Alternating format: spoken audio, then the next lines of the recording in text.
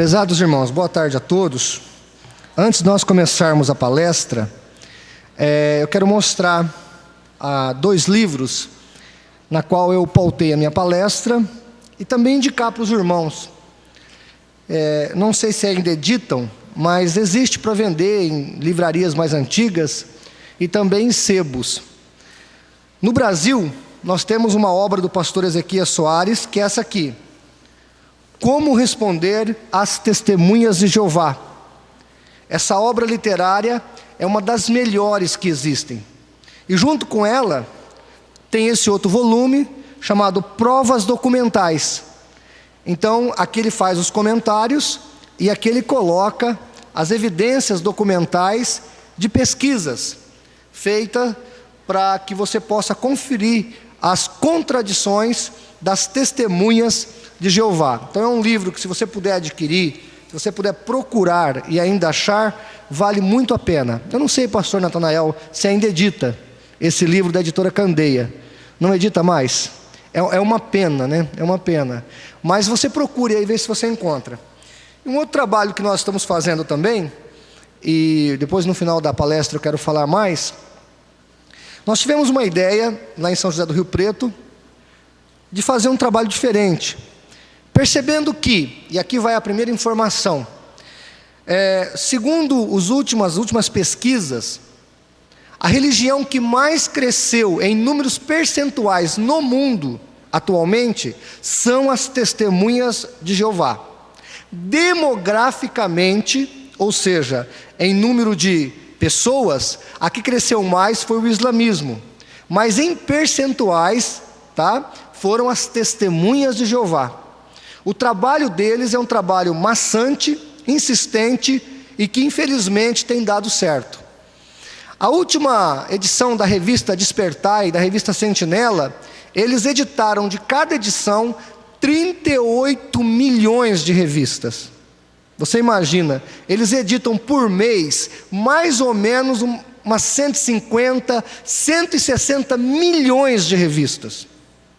Aí eu falei, meu Deus do céu, como é que eu faço para minimizar essa problemática? Aí eu e o presbítero Paulo sentamos, conversamos e criamos. Eles têm a Despertai, nós criamos a Vigiai, que é um clone da revista Despertai, é um clone. A revista Vigiai. Essa revista é de distribuição gratuita. Nós fizemos o que nós aguentamos de fazer.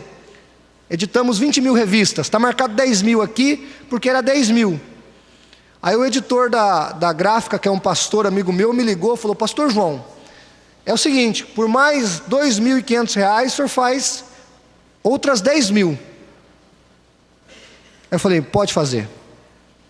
Aí a minha mulher, quando ouviu isso no telefone, quase que eu fui pego, pastor Natanael Rinaldi. Mas aí eu apelei misericórdia para ela, falei, calma amor, Deus proverá. E eu trouxe um pouco dessas revistas aí. Se você quiser adquirir, me procure. Qual é a metodologia, qual é a ideia? Primeira ideia é usar esta revista para alertar os crentes, para avisar os irmãos que testemunha de Jeová não é evangélico. Porque é muito sedutor, no domingo de manhã, aquele crente que fica em casa dormindo e não vem para a escola dominical, ele vai ser acordado por uma visita. E essa visita vai chegar nele e vai dizer, bom dia, toda sorridente, alegre. Vim trazer para o senhor a palavra de Deus. E se o senhor quiser estudar conosco, vamos lhe ceder 2 revistas, um livro, uma Bíblia. Não, mas eu já sou crente. E ele vai dizer para você, então melhor, o senhor vai entender mais fácil ainda a palavra de Deus. E muitos crentes que não entendem que testemunha de Jeová não tem nada a ver com igreja evangélica, ou com Bíblia, vai aceitar o estudo bíblico. E assim eles têm ganho milhares de pessoas. Como disse o pastor Ignaldo Hélio, muito bem colocado, nós temos quase 1 milhão de testemunhas de Jeová no Brasil, mas não são 1 milhão qualquer. Não é 1 milhão qualquer, é 1 milhão de pessoas que vão para a rua. É 1 milhão de pessoas que batem nas suas portas. Quer ver? Quem aqui já foi visitado por uma testemunha de Jeová? Levante a mão, por favor. 99,9% levantaram a mão. Ou seja, precisamos fazer alguma coisa. Precisamos fazer alguma coisa. E essa revista é interessante, porque ela está branco e preto dentro, mas o meio dela eu fiz questão de fazer colorido. E o que tem aqui no meio? As contradições das testemunhas de Jeová, algumas contradições. E nesta tarde, nós vamos tentar falar de algumas dessas contradições. Vamos lá, então, por favor, Teles, volta lá para o índice. Esse é o nosso índice temático. Então nós vamos falar sobre a luz que as testemunhas de Jeová pregam. E que luz eles têm, né? Porque a luz da testemunha de Jeová não é bem uma luz, é um vagalume, pisca-pisca. Porque uma hora pode, não pode, pode, não pode, pode, não pode, vai, não vai, volta, fica, volta, fica. É uma religião complicada, é uma questão séria, é uma questão muito séria, tá? Eu quero dizer para vocês que aí na apostila de vocês, vocês têm um monte de contradições, todas documentadas, todas documentadas. Aqui no Data Show, eu vou colocar algumas apenas. Volto a reiterar, quem trouxe pendrive, me procura no final da palestra, eu copio para você esse pendrive, você guarda, imprime na sua casa, e a hora que a testemunha de Jeová bater lá, você ofereça um xerox. Eu acho mais fácil ele pegar essa aqui, porque qual tem sido a reação? Eles olham para essa revista e falam, não, essa aqui é Despertai. Aí um amigo nosso lá de Rio Preto falou, não, essa aqui é Vigiai. Não, deixa eu ver, eu posso levar uma? Aí o irmão respondeu, pode, se quiser mais de uma eu tenho aqui. E ele levou. Quer dizer, nem que seja por indignação, para entender o que está acontecendo, ele vai levar. E a minha ideia era essa mesmo, pastor Ignaldo Hélio. Nem que seja por indignação, ele pegar para dar uma olhada. E aí bem no meio da revista, toda colorida e bem bonito, estão as contradições. A minha esperança é tentar impactá-los. Como o senhor escreveu no seu livro, e eu pretendo lê-lo com muito carinho e divulgar o seu livro, pastor Ignaldo, as seitas são um campo abandonados pela igreja, gente. Eu estou cansado de ouvir o pastor Natanael Rinaldi repetir isso, e as pessoas, nós somos como Isaías, pastor Natanael Rinaldi. Clamamos no deserto, quem deu crédito à nossa pregação? Quantas vezes estamos clamando que as seitas precisam do amor de Deus, que eles são um campo a ser alcançado. A minha denominação, a Igreja Batista, e com muita propriedade, gasta milhões investindo em missionários na Amazônia, no meio indígena, e graças a Deus por isso, mas não gasta uma moeda, não entendem o que é apologética. O nosso diretor-geral, o pastor e doutor Valdo Romão, agora está entrando em contato comigo, nós estamos conversando, ele pegou um pouco dessas revistas, achou a ideia maravilhosa, e agora está começando a se interessar por missões diferente, ou seja, missões urbanas, e está incluindo as seitas. Mas isso, quantos anos tem a denominação? Quanto tempo para acordar para isso? Sem contar que o grande, vamos dizer assim, apologista do século XX, Van Balen, era batista, e os batistas no Brasil ainda não acordaram para essa realidade, né? Precisamos despertar as pessoas. A pauta dessa nossa tarde será: que luz é que a testemunha de Jeová tem? Quando nos encontramos perturbados, o que devemos fazer? Quantas verdades existem? Aí nós vamos falar sobre o racismo, sobre Miguel, sobre o serviço militar, sobre a data do Armagedon, sobre os habitantes de Sodoma e Gomorra, sobre os transplantes de órgão, sobre a questão da vacina, sobre a cruz ou a estaca. Aliás, tem uma revista aí, falando sobre a questão da cruz, da estaca. Depois eu vou falar mais dessa revista, né? Uma revista apologética. Jesus adorado ou não, e nós vamos concluir, ok? Vamos lá, Teles. Primeira questão. No livro, na Sentinela de 1 de agosto de 1982, é dito assim: sim, a vereda do justo é como a luz da outrora, que vai brilhando até ser dia perfeito. Note que o brilho da luz sobre a vereda do justo é progressivo. Concordamos com esta verdade? Ou com esta assertiva? Ou com essa colocação? Tecnicamente nós concordamos. A luz do justo vai brilhando a cada dia mais. O Novo Testamento é uma revelação progressiva do Velho Testamento. Nós não discordamos disso. Mas o grande problema das testemunhas de Jeová não é uma verdade que é acrescida de verdade, porque a verdade não se contradiz. Por exemplo, nós temos aqui, nesse momento aqui, uma coluna aqui de luz, de lâmpadas. Se nós ligarmos aqui essa coluna do meu lado esquerdo aqui, que está apagado por causa do data show, se nós ligarmos aqui essa coluna de luz aqui, do meu lado esquerdo, nós vamos ter o quê? Mais claridade. E as lâmpadas que serão acesas do meu lado esquerdo aqui, vão contradizer as lâmpadas do meu lado direito? De forma nenhuma. Elas vão se unir e fazer o que mais? Trazer muito mais luz. Então, uma verdade aliada a outra verdade, traz mais verdade. Agora, a grande problemática das TJs não é esse. Não é o Provérbios 4,18. Não é a interpretação que eles dão para Provérbios 4,18. É que a luz da testemunha de Jeová não é uma luz, é um pisca-pisca. Pode, não pode. Vai ressuscitar, não vai ressuscitar. Toma vacina, não toma vacina. Que organização é essa? Que luz é essa? Muda. Olha, e se você estudar a biografia das testemunhas de Jeová, os proclamadores do reino, não precisa ler outro livro. Não precisa nem ler o livro do pastor Ezequias Soares. Você pode ir lá na sociedade, ver se você acha ainda, em algum sebo aí você deve encontrar. Aquele livro de capa verde, grosso, que tem a história da sociedade contada por eles mesmos. Está lá que Charles Taze Russell comemorava Natal, adorava Jesus, está lá. As claras. Está lá que ele fazia previsões baseadas na piramidologia, baseado em pirâmides totalmente esotéricos. Está lá que as testemunhas de Jeová comemoravam o Natal. Está lá que as testemunhas de Jeová comemoravam o aniversário. Está tudo lá. Que a esposa do Russell largou dele. Está tudo registrado ali. Falta a pessoa acordar. Eu me lembro que uma vez tinha uma testemunha de Jeová no meu bairro, e eu falei para ele: eu posso na tua casa levar algumas escrituras, alguns livros da sociedade para a gente conversar? Ele falou: pode. Catei uma caixa de livros que eu tenho em casa, fui até a casa dele, na garagem dele assim, eu estendi aqueles livros assim, coalhei a garagem dele, falei: olha, nesse Poderá Viver no Paraíso da Terra, fala que o pessoal de Sodoma e Gomorra vai ressuscitar. Na edição do outro, de 82, na de 83 fala que não vai. E foi mostrando as contradições.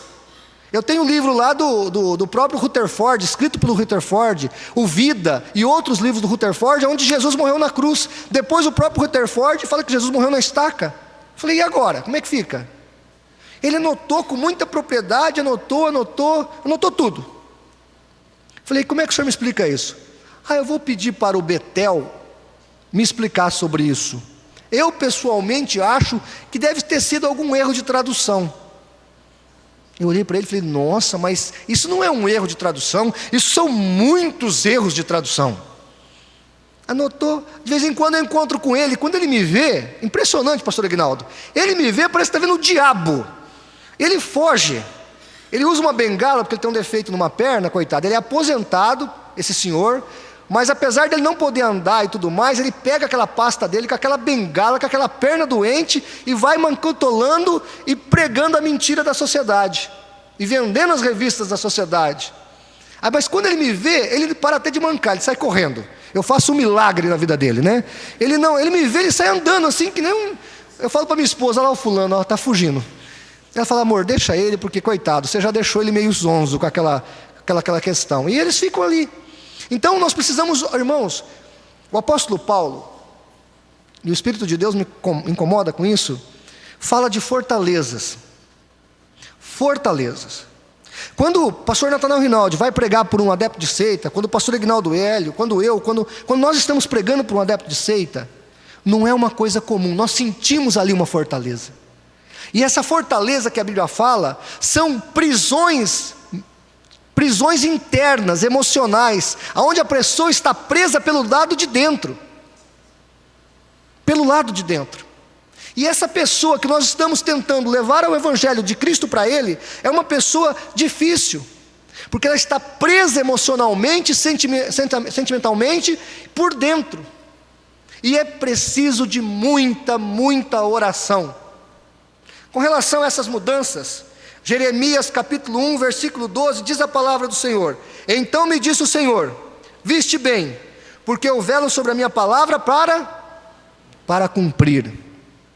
Marcos capítulo 13, versículo 31, passará o céu e a terra, mas disse Jesus, as minhas palavras não passarão. A palavra de Deus não passa, a palavra de Deus não se contradiz. A palavra do homem, a palavra da seita, sim, a palavra de Deus não. Próximo, Teles. Na revista Despertai, de 1970, página 8 e 9, olha o que eles dizem. Uma das razões é que as pessoas se sentem perturbadas com o que ocorre em suas igrejas. Sim, milhões de pessoas sentem-se abaladas de saber que as coisas que lhe foram ensinadas como sendo vitais para a salvação, são agora consideradas pela sua igreja como erradas. Já sentiu também desânimo ou até mesmo desespero por causa do que ocorre em sua igreja? É impressionante, né, pastor? Como eles são cínicos. Eu ia falar cara de pau, pastor, mas cínico cai muito bem também. É impressionante isso. O cinismo, a malandragem de falar uma coisa dessa. Eu me lembro que uma vez eu estava discutindo com um testemunho de Jeová. Ele falou assim: vai dizer que a sua igreja nunca mudou? Eu falei: o catecismo de Westminster faz 300, quase 350 anos e ainda não mudou. E a sua organização? Aí ele ficou quieto. Mas mudam diretamente a doutrina, e ainda tem a coragem, em outro texto eles falam assim, tem a coragem de falar assim: não, as mudanças não foram relevantes, são mudanças irrelevantes. Como mudanças irrelevantes? Charles Taze Russell, nós temos a Sentinela de 1903, ele adorava Jesus. Como é que pode uma mudança dessa ser irrelevante? Não é uma mudança relevante, é uma mudança plausível, que eles deveriam considerar. Próximo, por favor, Thales. No livro Poderá Viver no Paraíso da Terra está escrito assim: não pode haver duas verdades, quando uma não concorda com outra, ou uma ou a outra é verdadeira, mas ambas não. Vocês concordam com isso? Eu também concordo. Poderá Viver no Paraíso da Terra, página 32. É impossível termos duas verdades, só podemos ter uma. Só podemos ter uma. Irmãos, e vou ser sincero com vocês, quando a gente consegue contundir alguém das Testemunhas de Jeová, é maravilhoso. Outro dia, num feriado, bateram no meu portão. Uma senhora chamada Esther, guardei o nome dessa mulher até hoje. E eu tinha no outro dia dado um seminário sobre Testemunho de Jeová. Meu carro estava carregado de livros, porque quando eu dou seminário lá, aqui eu viajo de ônibus, já carrego material para expor para vocês. Se eu carregar mais livro de seita, eu vou encher, vou parecer aquele baiano que vem da Bahia cheio de mala, né? Mas quando eu estou lá na região, eu encho meu carro de livros, eu levo os livros das seitas. Levo o livro das seitas. Essa senhora Esther bateu na minha porta e disse assim: bom dia, moço. Eu já gostei, porque ela me chamou de moço. E ela disse assim: a sua casa está aqui na minha anotação, que era para ser pulada, mas Jeová Deus mandou bater nessa casa. Eu olhei para ela e falei assim: minha senhora, foi Jeová mesmo. Foi Jeová. Falei: mas antes da senhora começar a falar, eu quero combinar um negócio com a senhora. Ela falou: pois não. Uma senhora muito educada, muito elegante, uma senhora de uns 50 anos de idade. Ela falou: pois não. Eu falei: eu vou deixar a senhora falar 15 minutos, depois a senhora deixa eu falar 15 minutos? Ela falou: tudo bem. E ela falou, aquela conversa da Testemunha de Jeová, que Jesus mandou pregar de casa em casa, que o reino é de Jeová, que veio restaurar o nome de Jeová, etc, tal, terminou. Eu falei: agora posso? Deu os 15 minutos da senhora. Ela falou: pode. Catei a caixa de livros, enchi a calçada de livros e comecei a falar para ela. Falei, olha aqui, a Testemunha de Jeová acreditava na cruz, agora não crê mais. E ainda fala que é idólatra quem crê na cruz. Charles Taze Russell adorava Jesus, agora não pode adorar mais. A Bíblia verde, a Bíblia de capa preta, aqui pode adorar, aqui não pode. A Trindade, isso, aquilo, pá. Quando eu terminei, a mulher estava chorando. Eu falei para ela assim, e não se esqueça, foi a senhora que me disse, Jeová mandou a senhora bater aqui. A mulher em prantos disse assim para mim, eu não vou me esquecer, moço. Eu dei uma revista Defesa da Fé para ela, dei alguns livros para ela, algumas apostilas, dei um cartão meu para ela. Aquela mulher pegou a filha dela chorando, abraçou o material, mas ela estava chorando, pastor Natanael, em soluços. Parecia que ela tinha descoberto um adultério. Ela estava chorando em soluços, de prantear, de molhar mesmo a blusa, de tanto que ela chorava. E ela foi-se. Passou exatamente 5 dias. 3 senhores bateram na minha casa. Bom dia, somos das Testemunhas de Jeová. Falei, pois não, viemos falar do reino de Jeová para o senhor. Tentei fazer a mesma coisa. Toparam, aceitaram, 15 minutos. Falaram 15 minutos. Quando eu fui fazer minha parte, cheguei lá com os livros. Ah, foi esse aqui que quis enganar a Esther, é um cão de um apóstata, conosco não. E ó,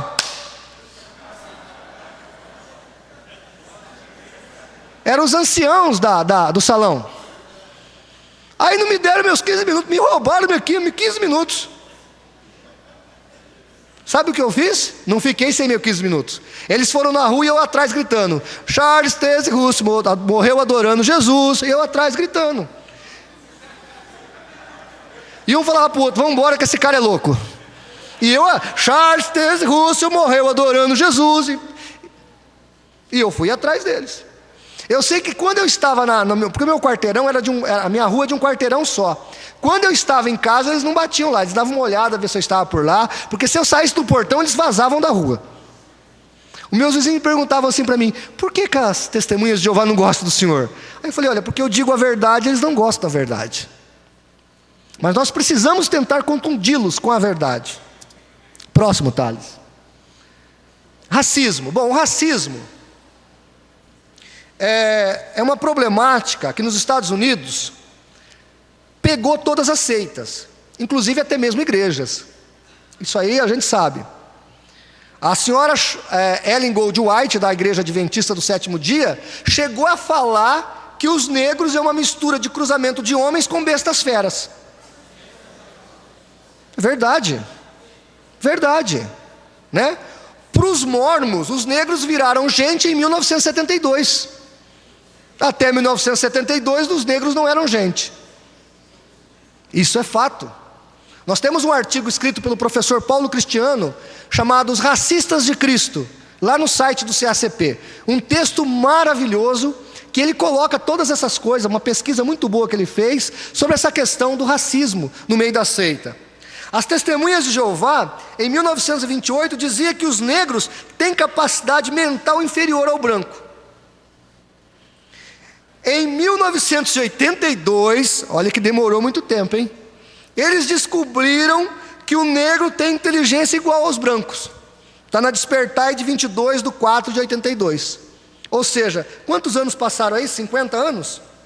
Quase 50 anos? Um pouco mais? Quase 50 anos. Demorou para eles descobrirem que os negros pensam tanto quanto os brancos. Aliás, eu até estava dizendo para uma irmã hoje, né? Que eu perguntei a idade dela, como é que chama? A Ana, né? A sua cozinheira, pastor Natanael. Como é que ela chama? Aninha? Noêmia. A irmã Noêmia. E ela falou que tem quase 50 anos, eu fiquei surpreso. Falei, meu Deus do céu, quer dizer, a pessoa negra que eu saiba é mais forte. Diga a Hitler, nas Olimpíadas que ele promoveu, teve um corredor norte-americano negro que venceu todas as corridas. O Hitler ficou indignado. Então, até onde a ciência já provou, o negro é tão saudável, é tão perfeito, é tão humano, é tão inteligente, é tão sábio, e a própria Bíblia diz isso. Para Deus somos todos iguais. Só há uma raça no planeta. E a ciência agora, depois de muitos anos, foi corroborar com a Bíblia. Só há um povo na Terra, que é o ser humano. Muito bem, próxima. Aí o nosso amigo, o arcanjo Miguel, sentado ali naquele precipício, num dilema: eu sou ou não sou? O arcanjo Miguel, ele vive essa crise de identidade, já faz algumas décadas, né? Ele não sabe se ele é Jesus, se ele é só um anjo, se ele é Deus, se ele é um semideus. O arcanjo Miguel vive em crise de consciência. Então na The Watchtower, ou na Sentinela de novembro de 79, dizia que Jesus não é o arcanjo Miguel. No Poderá Viver no Paraíso da Terra, na página 21, está escrito: Jesus é o arcanjo Miguel. Então veja, isso aí não é uma coisa irrelevante, é outra coisa. As testemunhas de Jeová dizem que segue a Bíblia segundo Charles Taze Russell. Ora, Charles Taze Russell acreditava e morreu acreditando, por exemplo, que Jesus não era o arcanjo Miguel. Como é que as atuais testemunhas de Jeová acreditam então ser o arcanjo Miguel Jesus? Não faz sentido. É uma contradição latente. Próximo, por favor. Serviço militar. Dizia a Sentinela de 1 de agosto de 1898: não existe na Bíblia nenhum mandamento que proíba o serviço militar. Seja Deus verdadeiro, página 228. O serviço militar não deve ser praticado pelas testemunhas de Jeová. Ora, eu disse hoje na rádio, e até o pastor Natanael Rinaldi me exortou, dizendo: pastor, é uma palavra forte. Mas para mim, as testemunhas de Jeová é uma sociedade terrorista. Porque ela faz um terrorismo, pastor Natanael Rinaldi Filho, na cabeça da pessoa. A pessoa não pode votar. A pessoa não pode servir o seu país no serviço militar. A pessoa não pode participar da sociedade. Não pode do aniversário de um filho, de um sobrinho. Eles separam as pessoas. Então as testemunhas de Jeová é uma seita segregacionista, que divide a sociedade, que separa as pessoas. E a Bíblia fala, né? Eu acho lindo a oração de Cristo. Ele fala assim: roga ao Pai por estes, em João 15, não que os tire do mundo, mas que os livre no mundo. Jesus não quer que nós estejamos fora da sociedade. Ele quer que nós sejamos o sal, fora do saleiro e no meio da sociedade. Isso é maravilhoso. Então, totalmente diferente do que ensina a sociedade. Bom, aí está o Armagedon, né? Eu tenho uma foto lá em casa, pastor Natanael, do senhor com o tapume, com o sanduíche. Lembra quando o senhor botava o sanduíche? Com essa placa aí: Armagedon, quando? Olha lá o pastor Natanael Rinaldi em frente do Salão do Reino com o sanduíche, né? 1914, 1918, 1920, 26, 75. Inclusive, eu tenho um DVD aí, um documentário sobre o Armagedon em 1975. Imperdível, o melhor documentário que existe em língua portuguesa. Eu tenho aí para você, depois, se você quiser adquirir. Eu costumo dizer que uma hora eles devem acertar, né? Porque está parecendo um jogador de loteria. Eles vivem jogando na loteria. Quando vai ser o Armagedon? Agora já estão jogando o Armagedon para 2035, né? Eu até costumo brincar: um dia, quem sabe, eles vão acabar acertando. Eu só não sei se eles vão ser arrebatados, mas que vão ficar para o Armagedon, provavelmente, né? É lamentável isso. Isso aí é uma brincadeira. Olha, gente, nesse DVD que eu tenho aí, pessoas dão depoimento. Eu até deveria ter recortado um depoimento e colocado aí. Pessoas que não tiveram filhos por causa desse Armagedon em 75. Pessoas que venderam tudo que tinha. Pessoas que quase deixou seu parente morrer por causa desse fim que aconteceria em 75. Isso não pode ser deixado para trás. Isso não pode ser deixado para trás. Próximo, por favor.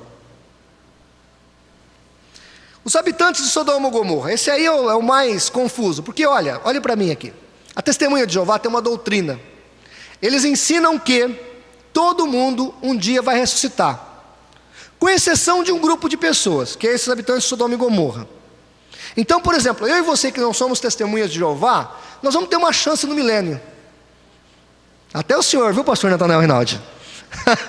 Nós vamos ter uma chance. Agora, quando a pessoa é muito ímpia, então eles não sabem se vai ou não vai ressuscitar. No Poderá Viver no Paraíso da Terra, página 179, edição de 82, está escrito assim: podemos esperar que algumas delas sejam ressuscitadas. No mesmo livro, na página 179, da edição de 89, é o mesmo livro, Poderá Viver no Paraíso da Terra, diz assim: não vão ressuscitar. As Escrituras indicam que não. As Escrituras indicam que não. Então, em 82 ia. Na edição de 83, não vai mais, né? Agora, o que a Bíblia realmente ensina, é o livreto atual que eles usam para discipular as pessoas, diz o seguinte: eles também serão ressuscitados durante o período de 1000 anos, ou seja, vai ressuscitar de novo. É aquilo que eu disse, que luz progressiva é essa? Não é luz progressiva, apaga, acende, apaga, acende, é pisca-pisca, não é luz progressiva. Eles poderiam até dizer assim: olha, os habitantes de Sodoma e Gomorra vão ressuscitar, e o pastor Natanael Rinaldi também. Aí seria uma luz progressiva, porque ele acrescentou uma verdade à outra verdade, né? Tecnicamente. Não, os habitantes de Sodoma e Gomorra vão ressuscitar. Não vão, vão. Isso é coisa séria. Próximo, por favor.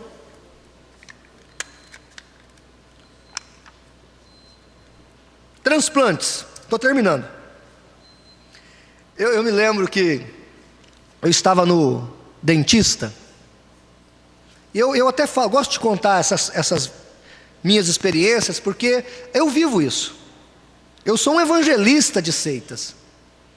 E eu estou lá no meu dentista, viu, pastor Natanael Rinaldi Filho? Eu estou lá no meu dentista. Não é o seu escritório que eu fui, não, o seu consultório não, viu? Mas eu estava lá no meu dentista. Na mesinha do meu dentista tinha uma Despertai. E eu catei. Estou lá lendo. Daí um pouco senta uma mocinha do meu lado. Bom dia. Falei, bom dia. E continuei lendo. Ela falou assim para mim: o senhor também é do Salão do Reino? Falei, não, mas eu gosto de ler a literatura da sociedade. Ah, que bom. Eu falei, você é de lá? Ela falou, sou sim, senhor. Foi ela que tinha deixado ali.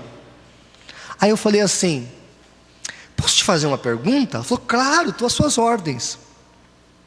Falei, na sua organização, se eu quiser doar meu coração, doar um órgão meu, eu posso? Uma pessoa, depois que eu morrer? Claro que pode. Isso é uma decisão sua, senhor. Ah, eu falei, tá, muito obrigado, viu? Continuei lendo.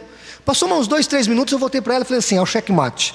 Eu voltei para ela e falei assim, escuta, minha filha, doar sangue não pode, é pecado, não é?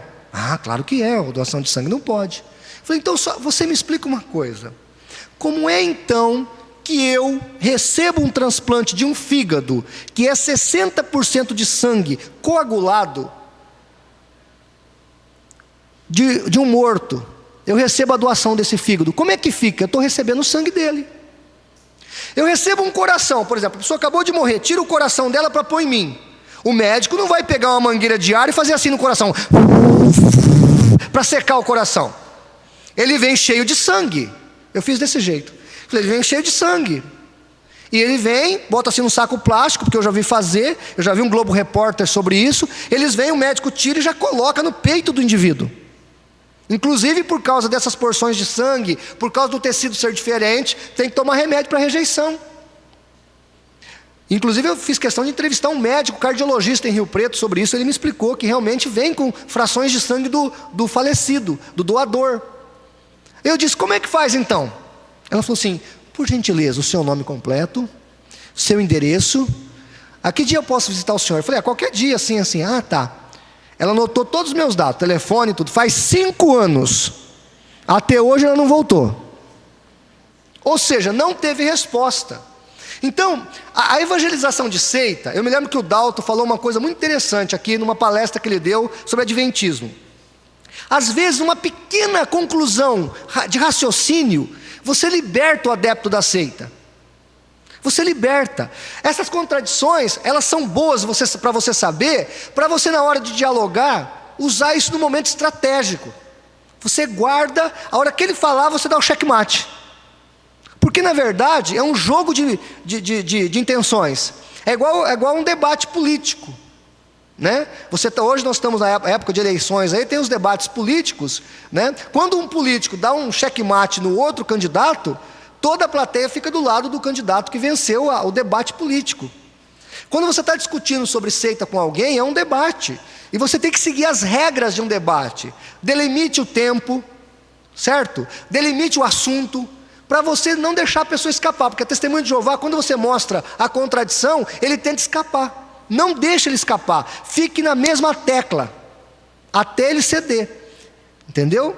Então aí, olha, em 1967, falou que o transplante era pecado, era como comer carne humana, era canibalismo. Eles falam isso na Sentinela de 15/11/67 em inglês.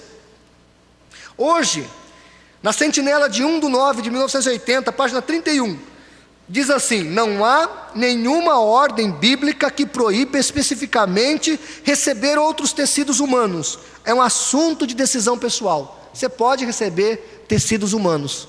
Ou seja, qual é a diferença de receber doação de sangue? Se eu posso receber um tecido humano. Então essa informação é preciosíssima no momento de um debate. Próximo, por favor. Aqui a questão das vacinas. E essa é uma questão muito séria. Por quê? Porque até 1929, não havia proibição. Olha que interessante, até 1929, a Sociedade Torre de Vigia não tinha emitido nenhuma proibição de vacina. Na Idade de Ouro, que é uma revista que eles tinham, de 5/1/29, eles vão dizer o seguinte: a vacina é uma violação direta do pacto eterno de Deus. Então proíbe-se a vacina. Em 1952, eles dizem assim: deve ser decidido pelo próprio indivíduo. O quê? A questão das vacinas. Então, na Sentinela de 15/2/52, a vacina é liberada. Ou seja, por 30 anos, 20 anos, 20 anos, pessoas não foram vacinadas. Crianças ficaram paralíticas por causa disso. Crianças vieram a óbito. Eu pergunto para vocês, não é uma religião criminosa? Pense um pouco. Pense um pouco. Eles têm orgulho de falar que crianças, tem uma revista de 94, uma Sentinela, uma Despertai de 94, eu tenho ela aqui no computador. Eles contam testemunho de crianças, mas que mais de 20 crianças, que foram mortas porque não aceitaram a transfusão de sangue. Isso não é uma religião criminosa? Não é só uma seita. Não, é mais do que uma seita. É uma instituição que pode ser nociva à sociedade de tal ponto que pode destruir a vida das pessoas. Meu desejo, pastor Natanael, não era ter feito 20 mil dessa revista, era ter feito 1 milhão. Se a minha mulher tivesse deixado, eu vendia o carro. É que ela não deixou. Verdade, eu faria. Pergunta para ela, para vocês verem. Eu venderia o carro. É que a minha mulher quase puxou meu tapete lá em casa, né? E aí apologista largado da mulher não vira, né? Aí não tem jeito. Aliás, aproveitando o ensejo, tem muitos pseudos apologistas por aí, viu? Muito pseudos. A gente tem que tomar muito cuidado. Muito cuidado. O apologista tem que ter, acima de tudo, uma vida de testemunho reto. De testemunho reto. Mas voltando à questão, se eu pudesse, eu faria 1 milhão. Eu faria 10 milhões. Eu faria uma para cada brasileiro. E eu distribuiria. Eu já distribuí até agora, gratuitamente, sem um tostão, 5 mil revistas dessas. 5 mil os irmãos ofertaram, mas 5 mil eu recebi, eu dei gratuitamente dessa revista. E eu sei que Deus vai honrar e vai nos abençoar com isso. Por fim, cruza o estaca. Está vendo ali, ó, o livro Vida, do Rutherford, página 231, está lá Jesus na estaca, né? Depois, milhões que agora vivem, olha lá, está lá Jesus na cruz também. E hoje, no livro Conhecimento que Conduz à Vida Eterna, está lá Jesus na estaca.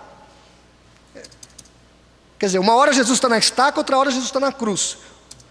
Não é correto uma coisa dessa. E outra coisa, irmãos, eu sou professor de história. Não existe jeito. Não existe jeito de falar que Jesus foi estaqueado. Jesus foi crucificado. Vocês já assistiram aquele filme Ben-Hur? Então, assista o filme Ben-Hur. Lá mostra como é que os romanos, tem documentos, matavam os seus revoltados. aqueles que se revoltavam contra eles. Tem outro filme além de Ben-Hur, Spartacus. Já assistiram Spartacus? Roma crucificou em um único dia 6.000 pessoas. Então Roma não estaqueava ninguém, Roma crucificava. E a Bíblia é muito clara, né? Em João capítulo 20, 25, na tradução do Novo Mundo, está escrito assim: Tomé fala, a menos que eu veja nas suas mãos o sinal dos pregos ou cravos. Ora, mas se eu morrer assim, quantos cravos tem nas minhas mãos? 1. Se eu morrer assim, tem quantos? 2. Então Jesus, a própria tradução do Novo Mundo, fala que tem 2 cravos, 2 pregos. Então Jesus morreu crucificado. Agora, vamos pensar um pouquinho. Teologicamente faz diferença? Se Jesus morreu estaqueado ou crucificado, o importante é que ele morreu pelos nossos pecados, não é verdade? Qual é a relevância disso? Mas eles fazem toda uma... Eu tenho uma Despertai lá, que eles dizem que quem acredita que Jesus morreu crucificado é pagão e ímpio. Eles falam isso. Quem acredita que Jesus morreu numa cruz é pagão e ímpio. Então o Charles Taze era pagão e ímpio. Então o Rutherford era pagão e ímpio, porque eles acreditavam que Jesus morreu numa cruz. Eu tenho aí a evidência, o documento. Muito bem. Em Hebreus capítulo 6, próximo, Thales. Hebreus 1,6, a tradução verde do Novo Mundo, da edição de 67. Em Hebreus 1,6, quando fala de Jesus, diz que Jesus se prestava homenagem a ele. Na tradução do Novo Mundo de 86, e todos os anjos de Deus lhe prestem homenagem. Na de 67, adorem, e todos os anjos de Deus o adorem. Na de 86, lhe prestem homenagem. Podemos prestar homenagem ao pastor da igreja? Sim ou não? Quando o pastor Natanael Rinaldi Filho, que é o pastor presidente da igreja, faz aniversário, vocês fazem um culto de homenagem? É bíblico? Claro que é. Tem que fazer um cultão. Porque é uma honra para o pastor e para nós, é para a igreja abençoar a vida do pastor, que nos abençoa espiritualmente. Agora, alguém aqui vai adorar o pastor da igreja? Não, porque é diferente. Adorar é uma coisa, prestar homenagem é outra. Mas a tradução do Novo Mundo acha que é sinônimo, porque na edição de 67 Jesus era adorado, na edição de 86 prestava-se homenagem. Próximo, concluindo. Vai para o último, Teles, última conclusão, mais um. A questão é: estamos dispostos a fazer pela verdade o que as seitas fazem pela mentira? Essa é a pergunta.